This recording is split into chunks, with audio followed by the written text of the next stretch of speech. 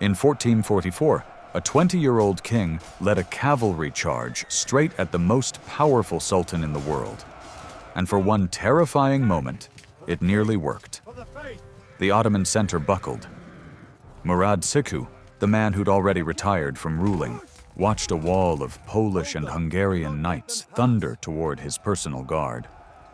This was the Battle of Varna, where 25,000 crusaders trapped between a lake, the Black Sea, and 60,000 Ottoman soldiers made one impossible gamble to end the war in a single stroke. The Ottomans won. But here's what the history books gloss over. They were so shaken by this battle that they had to drag their sultan out of retirement just to fight it. And when it was over, the young king's body was never found, spawning legends that he'd somehow survived for decades afterward. So how did a broken truce, a desperate charge, and one teenager's decision reshape the future of Constantinople itself? To understand that, we need to go back before the trap closed, back before the betrayal, back to a moment when the Crusaders were actually winning. 1443, 1 year earlier. A man named John Hunyadi is tearing through Ottoman territory like a force of nature. Hunyadi isn't a king. He isn't royalty at all. He's a Transylvanian nobleman, a military commander who clawed his way up through sheer talent and an almost supernatural ability to win battles he shouldn't win. And in the winter of 1443, he's doing the impossible. The long campaign, they'll call it later. Hunyadi leads a crusader army deep into Ottoman lands, deeper than any Christian force has pushed in decades. He smashes through Serbia. He takes Niš. He crosses mountain passes in the dead of winter, something the Ottomans assumed no European army would ever attempt. Victory after victory. The Ottoman governors can't stop him. Their field armies can't catch him. For the first time in living memory, the tide is turning against the Turks. And Sultan Murad II is watching all of this unfold with growing alarm. You need to understand something about Murad. This isn't some bloodthirsty conqueror itching for war. He's a man who's spent his entire reign fighting rebellions, fighting rivals, fighting crusades that keep coming no matter how many he defeats. He's tired. Bone tired. He's already tried to retire once, handing the throne to his teenage son Mehmed. But the empire started falling apart immediately, so he had to come back. Now, Hunyadi is rampaging through his territory, and Murad makes a calculation. This war isn't worth it, so he offers peace. And not just any peace, genuinely favorable terms. The Ottomans will withdraw from Serbian territories. They'll release prisoners. They'll pay a ransom. They'll recognize Hungarian influence in the Balkans. For the Crusaders, this is a stunning offer. They've been fighting the Ottomans for decades and never gotten terms this good. In August 1444, both sides signed the Treaty of Szeged. 10 years of peace.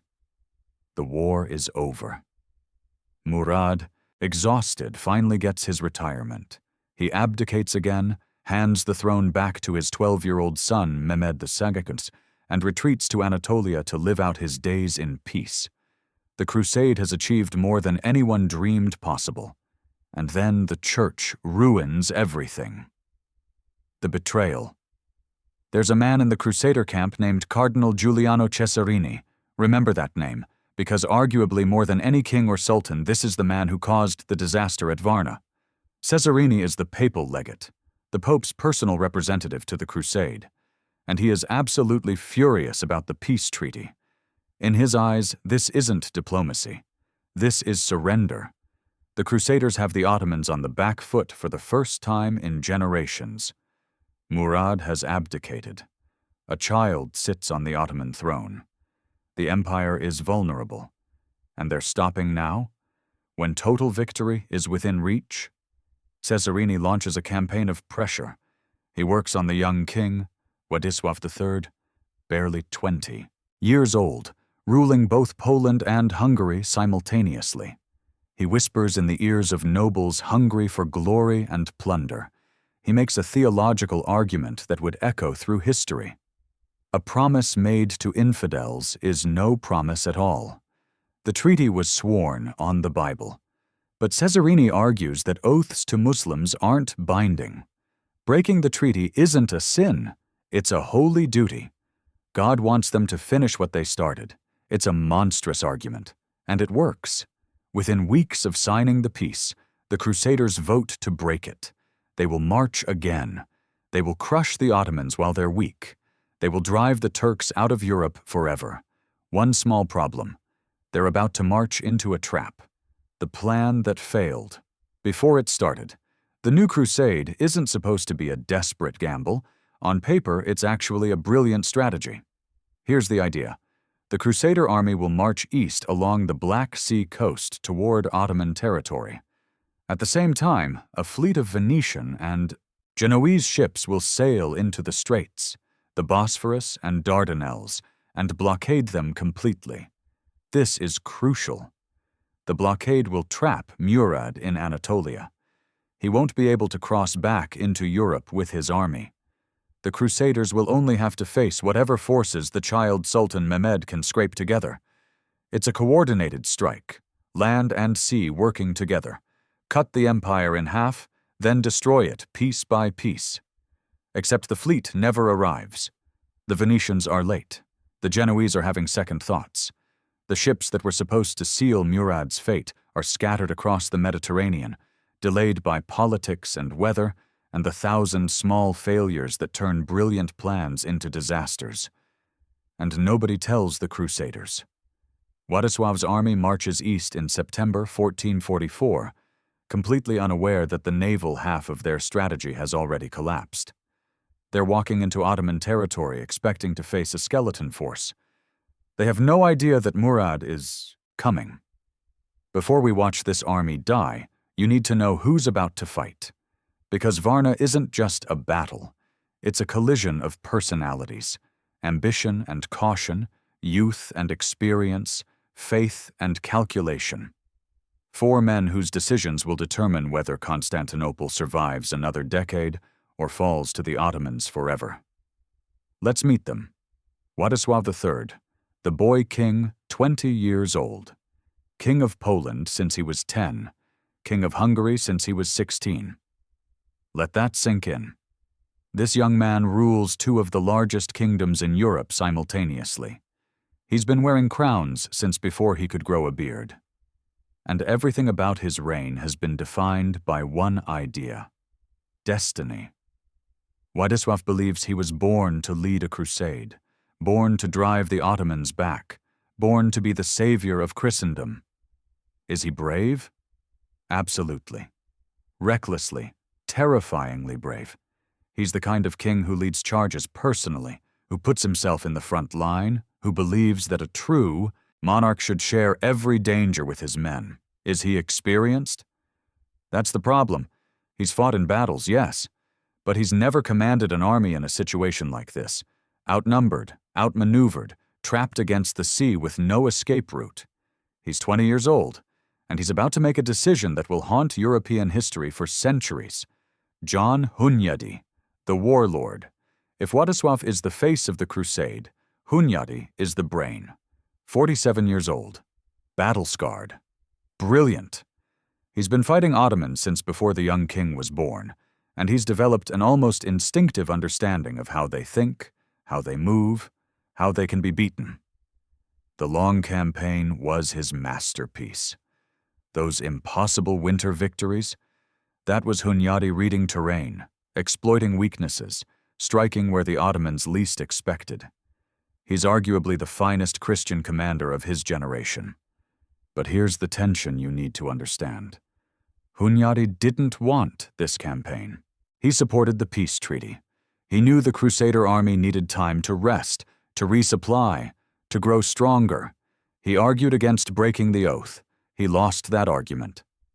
Now he's marching toward Varna with an army that's too small, a plan that's already falling apart, and a king who might do something catastrophically brave at exactly the wrong moment. Hunyadi will do everything in his power to win this battle, but he can feel it in his bones. Something is wrong. The fleet should have sent word by now. The Ottomans should be weaker than this. He doesn't know yet that Murad is coming. But he suspects. Cardinal Cesarini, the true believer, the man who made this happen. Cesarini isn't a warrior.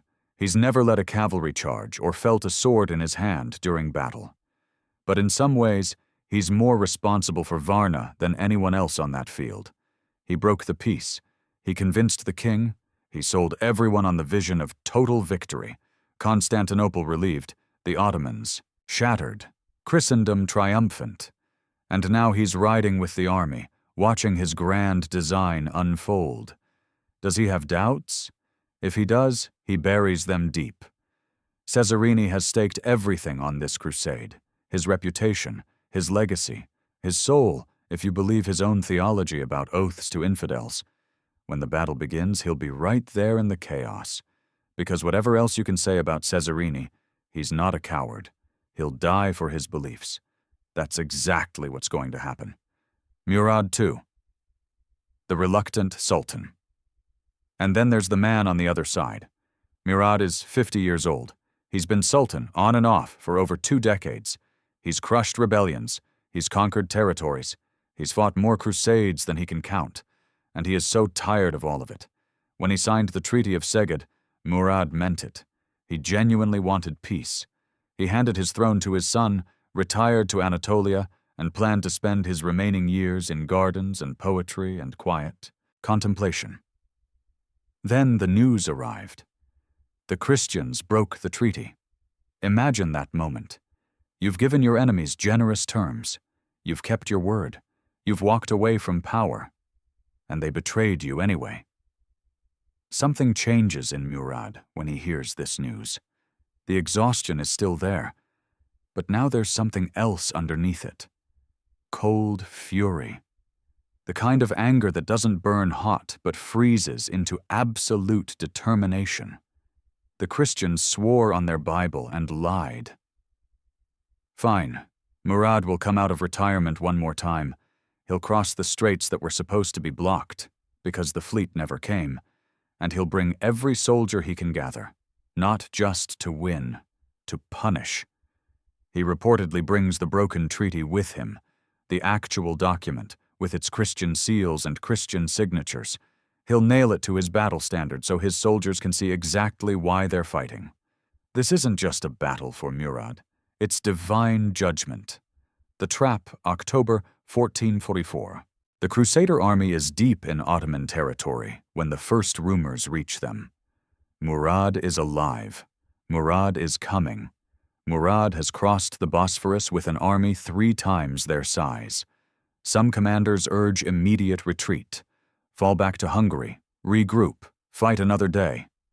But retreat means admitting the whole campaign was a mistake. It means Cesarini was wrong. It means the broken oath accomplished nothing. And besides, retreat to where? The army is already exhausted from weeks of marching. Ottoman cavalry is shadowing their every move. If they turn around now, they'll be harassed and whittled down every step of the way. So Władysław makes a decision. They'll stand and fight. The army moves to Varna, a port city on the Black Sea coast. It's defensible terrain, sort of. The lake protects one flank. The sea protects another. A wagon fortress can anchor the center, but it's also a cage. Look at a map and you'll see the problem immediately. The Crusaders are pinned against water on 2 sides. The only directions they can move are forward, into the Ottoman army, or backward into the lake. If they win, the position doesn't matter. If they lose, there's nowhere to run. November 9th. The Ottoman army arrives. 60,000 men spread across the hills to the west, blocking every escape route. The Crusaders watch them come. Wave after wave, infantry, cavalry, janissaries, the elite slave soldiers who formed the backbone of Ottoman power, and in the center, under a great standard, the unmistakable presence of the Sultan himself. Murad has come to collect what he's owed. Tomorrow, everything ends. The Crusaders make camp. They check their weapons. They pray, some of them at least, still believing God is on their side despite the broken oath. 20,000 men, trapped between a lake and the sea, facing an army that outnumbers them 3-1. They have exactly one chance: kill the Sultan, cut off the head, and maybe the Ottoman army collapses into chaos. It's insane. It's desperate. It's the only play they have left. November 10th, 1444. Dawn. Fog rolls in from the Black Sea, thick and cold, blanketing the battlefield in gray. For a few hours, neither army can see the other clearly, just shapes in the mist, the sound of horses, the clatter of armor being strapped on. And then the fog lifts, and the Crusaders see exactly what they're facing. The Ottoman army stretches across the horizon like a living wall. 60,000 men arranged in perfect formation. On the flanks, cavalry, sipahis, the mounted warriors who form the striking arm of Ottoman power. In the center, infantry, and behind them, on a small rise, the janissaries, the elite, the Sultan's personal guard. And there, visible even from this distance, the imperial standard. Murad is watching.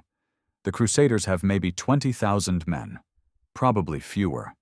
Hungarians, Poles, Wallachians, Bosnians, a scattering of volunteers from across Europe who answered the call to crusade. They're arranged in a defensive formation, wagons chained together to form a fortress in the center, cavalry on the flanks ready to strike. It's not a bad position. Hunyadi has done what he can with what he has, but everyone knows the math. 3-1 odds. No retreat. No reinforcements coming. This battle will be decided by shock, by momentum, by who breaks first. Around 9 in the morning, the killing begins. The flanks explode.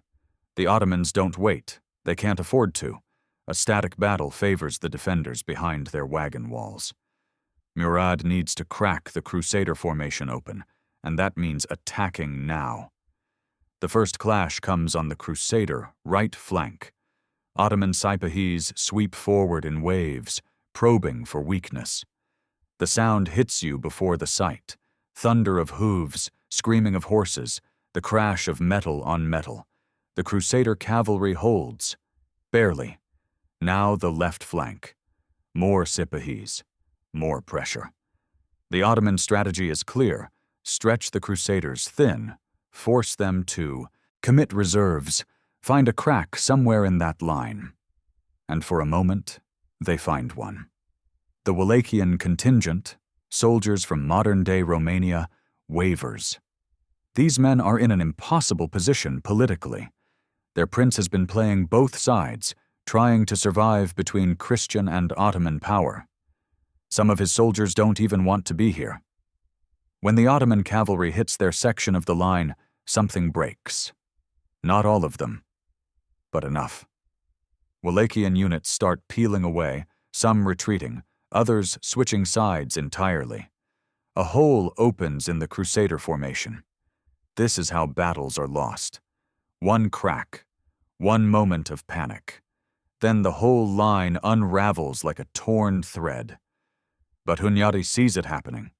He's everywhere on this battlefield, directing reserves, rallying wavering units, plugging gaps through sheer force of personality. When the Wallachians break, he's already moving, pulling Hungarian cavalry to cover the exposed flank. The hole closes. Barely. The line holds. For now, the wagon fortress. In the center, the wagon fortress is doing its job. Picture it. Hundreds of heavy wagons chained together in a circle, forming an improvised wall. Inside, crossbowmen and handgunners. The Ottomans can't just ride through it. They have to dismount and assault it like a castle. Wave after wave of Ottoman infantry crashes against the wagons. They're cut down by crossbow bolts. They're shot at point-blank range by primitive firearms. They claw at the chains and get hacked apart by the defenders inside. The wagon fortress holds. This is the one advantage the Crusaders have: defensive technology. In open battle, Ottoman numbers would overwhelm them in minutes. But behind those wagons, a smaller force can hold off a larger one. As long as the flanks don't collapse, as long as nobody does anything stupid. The battle grinds on. Hours of chaos. The flanks surge back and forth. Crusader cavalry charges, Ottoman cavalry countercharges. Men die in the mud. Horses scream and fall. The Black Sea wind carries the smell of blood. By early afternoon, something remarkable is happening. The Crusaders are winning. Not decisively, not comfortably. But the Ottoman assaults are losing steam. The Sipahi charges are getting weaker. Hunyadi's defensive strategy is working. Bleed them on the flanks, hold the center, wait for them to exhaust themselves. If they can just hold on a little longer. And then King Władysław makes his decision. The fatal calculation.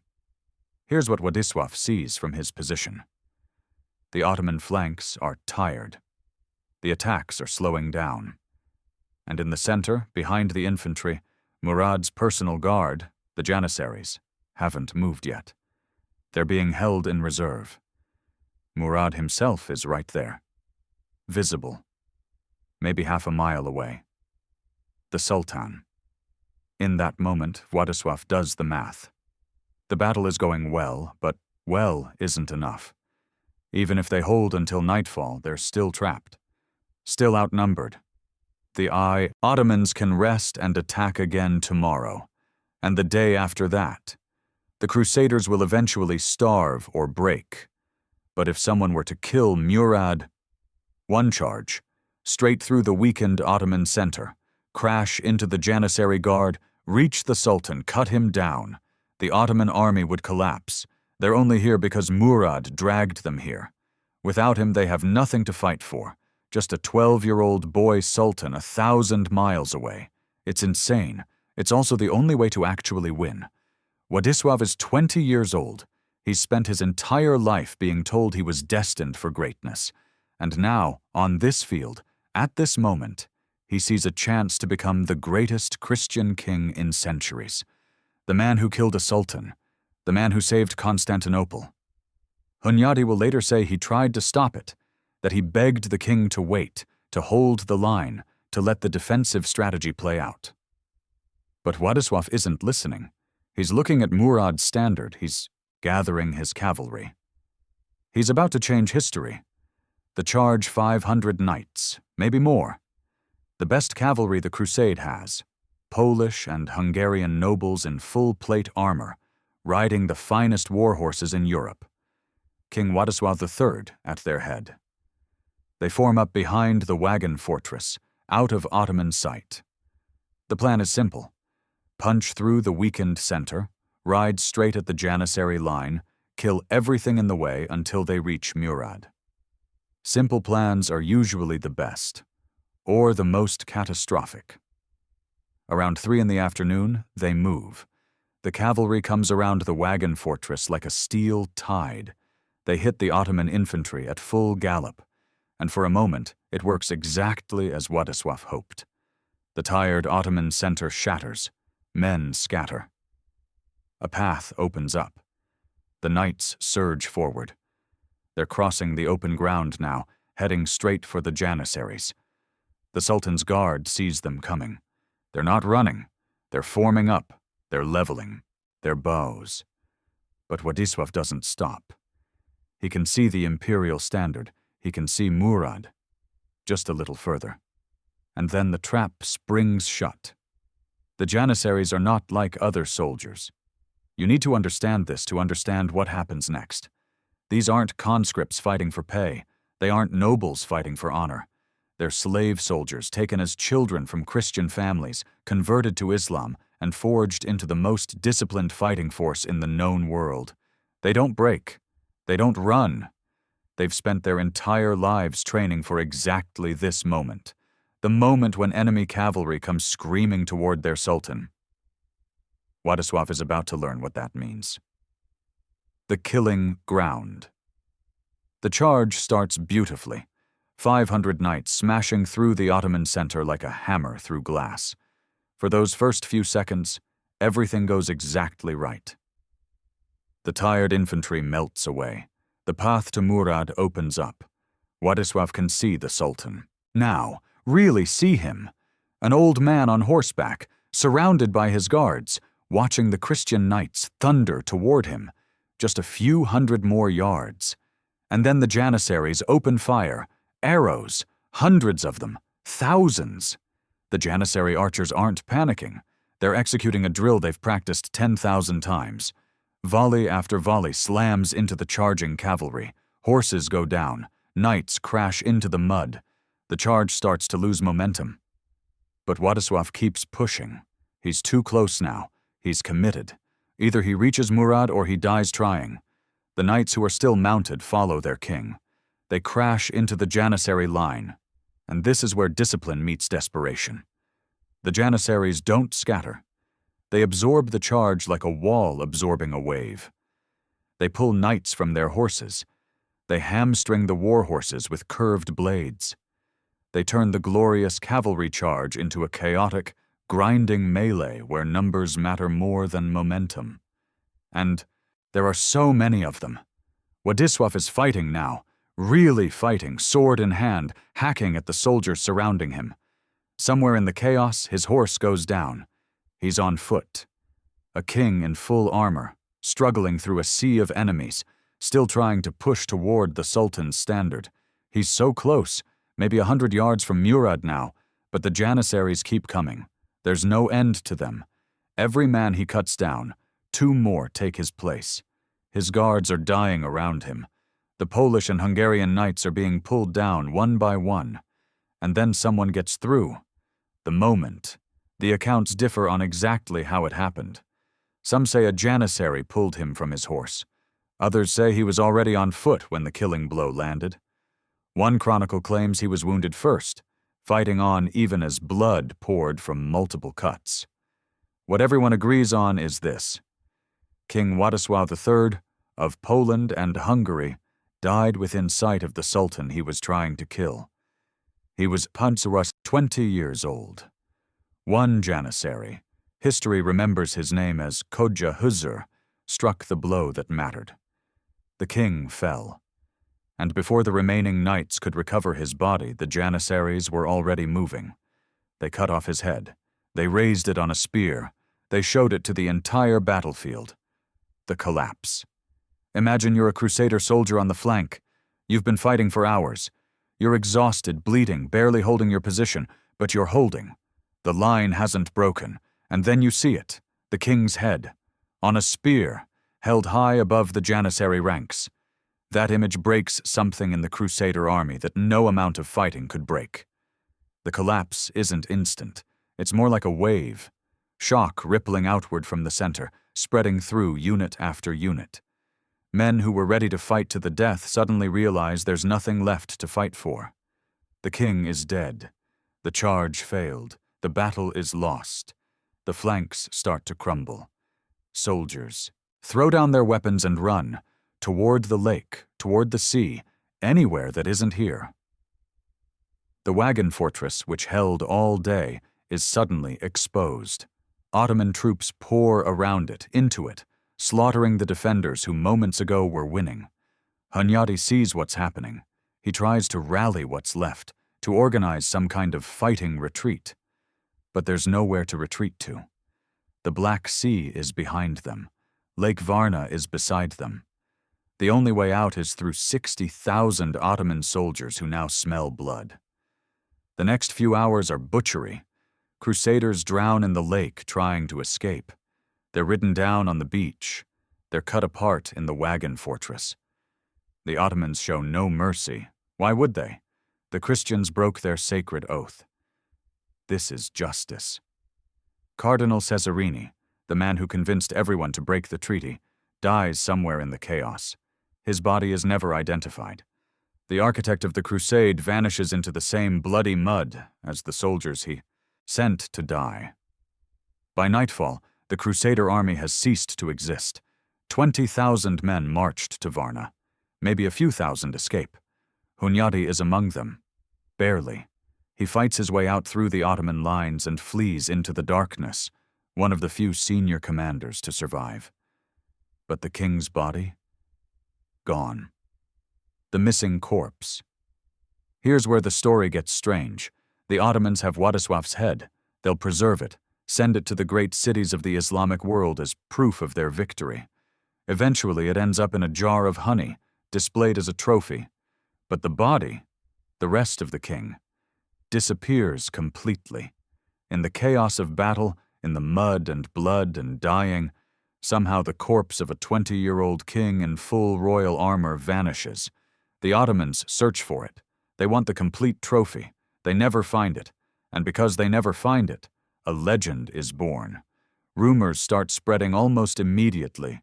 The king isn't dead. He escaped somehow. He's in hiding, waiting for the right moment to return. Some say he fled to Portugal. Others claim he became a pilgrim, wandering the Holy Land in penance for the broken oath. For decades, people report seeing Władysław alive. Pretenders emerge claiming to be the lost king. His own family isn't sure what to believe. The truth? Almost certainly he died on that field. The chaos of battle simply swallowed his remains like it swallowed so many others. But certainty isn't the same as closure. And without a body, the story never really ends. The boy who would be the savior of Christendom becomes something else. A ghost. A question mark.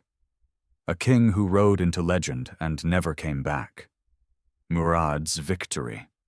On the Ottoman side, there's no celebration. Yes, they won. Decisively.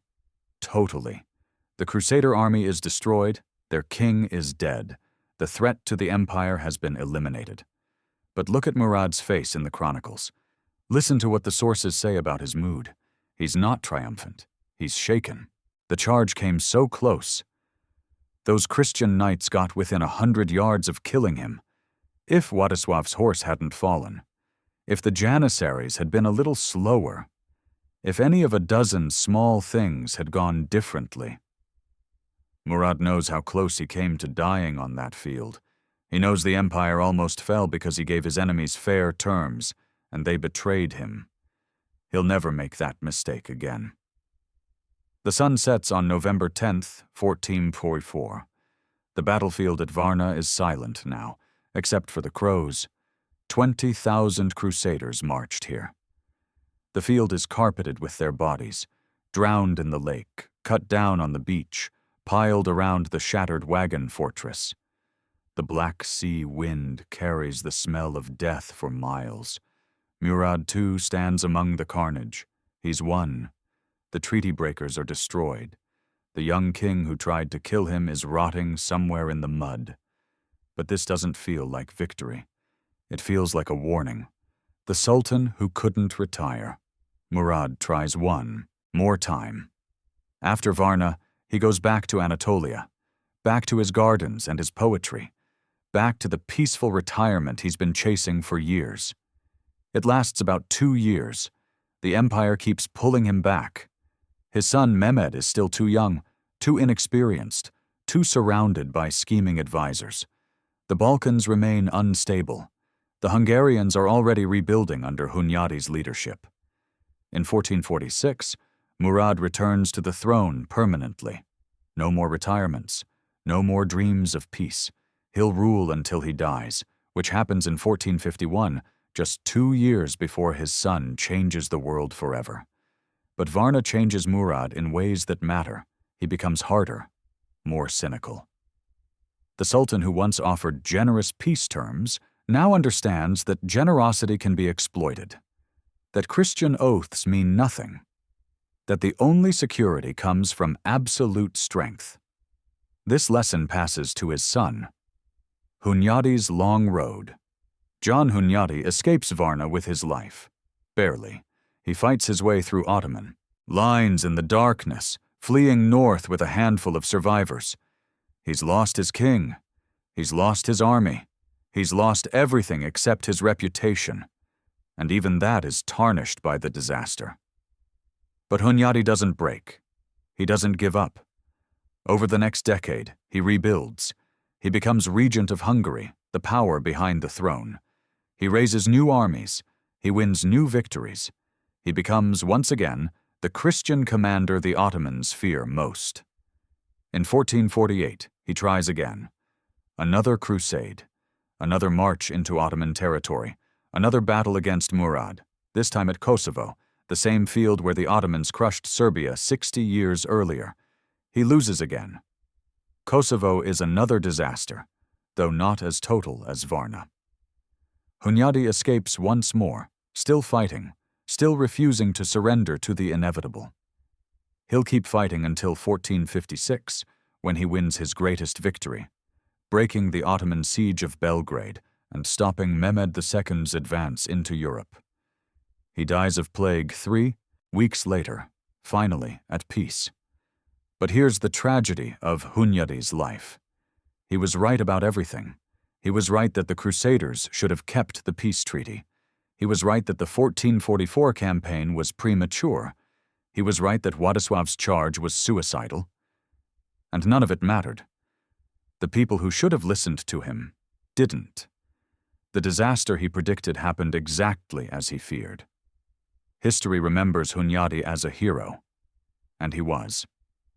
But Varna shows us something else about heroism. Sometimes the hero sees the catastrophe coming and can't stop it anyway. The road to Constantinople. Now zoom out. Look at the bigger picture. In 1444, the Byzantine Empire, the last remnant of Rome, is dying. Constantinople, the great city that stood for over 1,000 years, is surrounded by Ottoman territory. The Byzantine emperor has almost no army, almost no money, almost no hope. His only chance is help from the West. Crusaders. European armies coming to rescue the last. Christian stronghold in the East. Varna was supposed to be that rescue. Think about what the Crusaders were trying to accomplish. Yes, they were fighting for Hungary and Poland. But the grand strategy, Cesarini vision, was bigger than that. Break the Ottoman Empire, relieve the pressure on Constantinople, save the Christian East. That dream dies on November 10th, 1444. After Varna, there will be no more major crusades. The West has exhausted itself. The coalition that could have threatened Ottoman power is shattered. The men who might have led new campaigns are dead or discredited. Constantinople is alone. 9 years later, in 1453, Mehmed II, that 12-year-old boy who was sitting on the throne while his father won at Varna, brings the largest army the Ottomans have ever assembled to the walls of Constantinople. The city falls in 53 days. The last Byzantine emperor dies fighting on the walls. The great cathedral of Hagia Sophia becomes a mosque. 1,000 years of history ends in blood and fire, and you can draw a straight line from Varna to that moment. If Władysław's charge had succeeded, if somehow those 500 knights had reached Murad and cut him down, the Ottoman Empire might have collapsed into civil war. Mehmed was 12. There were other claimants. Without Murad's steady hand, the whole structure could have fallen apart. Constantinople might have lived. The Byzantine Empire might have survived. The entire history of the Eastern Mediterranean might have unfolded differently, but the charge didn't succeed. Murad survived. And 9 years later, his son finished what the Ottomans had been working toward for a century. The legend of the lost King Władysław III vanishes into myth. For generations after Varna, people claim to see him. A mysterious knight appears in Portugal. A wandering pilgrim in the Holy Land speaks Polish. A hermit in a distant monastery bears a striking resemblance to the lost king. None of these sightings are true. Almost certainly, Władysław died on that battlefield, and his body was simply lost in the chaos, stripped of armor by looters, unrecognizable in death, buried in some unmarked grave with thousands of other fallen soldiers. But the legend persists because it has to, because the alternative, that a 20-year-old king rode to his death for nothing, that the broken oath and the failed crusade accomplished nothing, that everything was wasted, is too painful to accept. So the stories say he survived. He's out there somewhere. He'll come back someday when Christendom needs him most. He never does. But they call him the King of Varna anyway, a title earned in death, a name that echoes through 5 centuries of history. Why Varna matters. Here's what the history books often miss about this battle. Varna wasn't just a military defeat, it was a moral catastrophe. The Crusaders broke their sacred oath. They swore on the Bible and then marched anyway, convinced that promises to Muslims didn't count. And they were destroyed. Utterly, completely, catastrophically destroyed. In the Ottoman world, this becomes a story about Christian treachery, about how you can never trust Western promises, about how the only safety is strength. In the Christian world, this becomes a story about divine punishment, about what happens when you break faith, even with enemies, about hubris and its consequences. Both sides draw lessons from Varna. Neither side forgets. And maybe that's the real legacy of November 10th, 1444, not the tactics or the terrain or even the famous cavalry charge, but the broken promise that started it all. Cardinal Cesarini convinced everyone that oaths to infidels weren't binding, that the end justified the means, that God would reward their faithlessness with victory. God, if you believe he was watching, had other ideas. The final thought picture. It one more time. A 20-year-old king, sword in hand, fighting through a sea of janissaries. The Ayaf Sultan's standard so close he can almost touch it. Victory just 100 yards away. If that charge had landed differently, if Władysław had reached Murad, the Ottoman Empire might have shattered that afternoon. Constantinople might still be standing. The entire map of Europe and Asia might look different today. But history doesn't run on almost. The charge failed. The king fell. The crusade died. And the world that emerged from Varna is the world we inherited. A world where the Ottomans dominated the East for 4 more centuries, where Constantinople became Istanbul, where the last crusade became a cautionary tale about broken promises and impossible gambles. Władysław III rode into legend on November 10th, 1444. He never came back, but we're still telling his story